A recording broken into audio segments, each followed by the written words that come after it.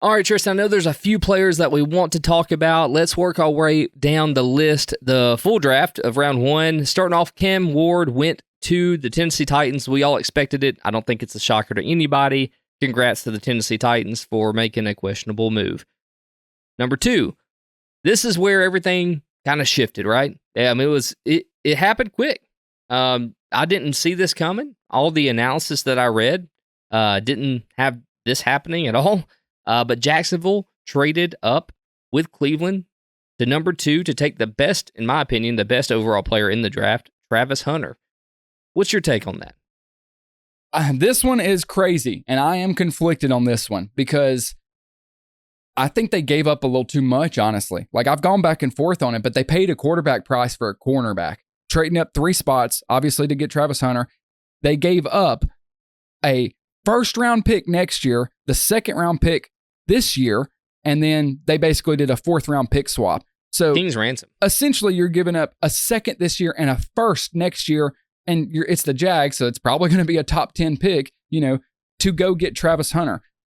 That's a lot, man. It's really hard for me to he's a Heisman winner. He is a Heisman winner. And the argument people make is that, oh yeah, but you're getting 2 great players. He's going to play both sides. I'll say this. I think as far as Travis Hunter goes, the Jaguars is actually one of the best landing spots for him because they have Brian Thomas Jr., who's a bona fide, dog at wide receiver. So they can put Travis Hunter in at wide receiver in some packages, and he's not going to be the one everyone's worried about. And he can also be their number 1 corner. Hold that thought 1 second. Take a look down below and see if you're subscribed to the channel. If not, hit that red button and subscribe. Help out your 2 favorite idiots covering one sport, because don't you want to feel better about your sports opinions?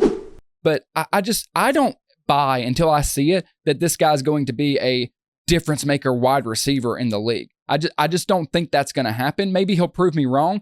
There's not enough hours in the day to sit in and focus all that time. All these guys are focusing all their time on that position. I don't think he can do it. But even if he is like an all-pro corner, this is a lot to give up. It's a lot. And I know we just got finished talking about not hyping people up, but I do believe that Travis Hunter is that generational type player at that position. So you're okay with it then? Well, no, I'm not okay with the trade package. But I'm not okay with the fact that I know he says he wants to play both ways. He hasn't been in the NFL yet. Okay, it's a whole different league. They hit harder. People are faster. And you're playing against all pro guys already. So the longevity, even if he somehow manages to play both ways for a little while, he's not going to keep doing that. I think they'll test him at both positions. Whatever they feel more comfortable at, that's what he'll probably predominantly play. And if he gets thrown into some opposite, packages on the defense, or if he plays mainly offense, whatever, then hey, that's what they'll do. But I don't see any real world where he plays both ways for the entire length of his career or entire stint at the Jags. I just don't.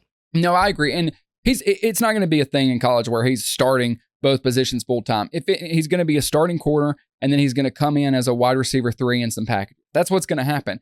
And I'm okay with that. But it's the first round next, like your second this year and a first next year. It is so much to give up for a cornerback. Now, I know he is like one of the highest rated players, generationally talented.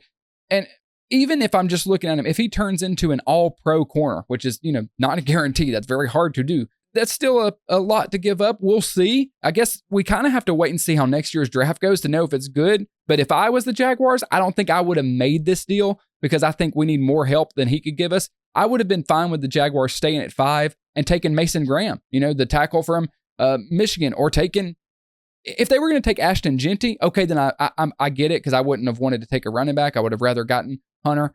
It's good. It's the new guys in Jacksonville making a splash. I kind of respect it. I respect them going for it and swinging and taking a shot, but it's a hell of a lot to get up. If you're the Browns, I think it's a great decision by them. We just crucified the Browns for taking 2 quarterbacks, but at this point, I thought the Browns were cruising, man. I was like, yeah, you take the easiest money the Browns ever made. They're like, yes, please. Like, they were trying to get that deal done before the Jags changed their mind, but we'll see. I hope it works. It could work out for both teams. It seems like the majority of people like that the Jags did this. Me and you might be in the minority. Again, I don't hate it. It's just a lot to give up. Since the Browns are so incompetent, I fully believe that Jacksonville offered this, And the Browns said, "Oh yeah, I'll take it." Yeah. I don't think this was a negotiation between the Browns and the Jags. I think the Jags said, "Hey, we'll give you whatever. How about all this?" And they're like, "Yeah, sounds great. We'll take it." I won't put it past the Browns to make a good decision at all.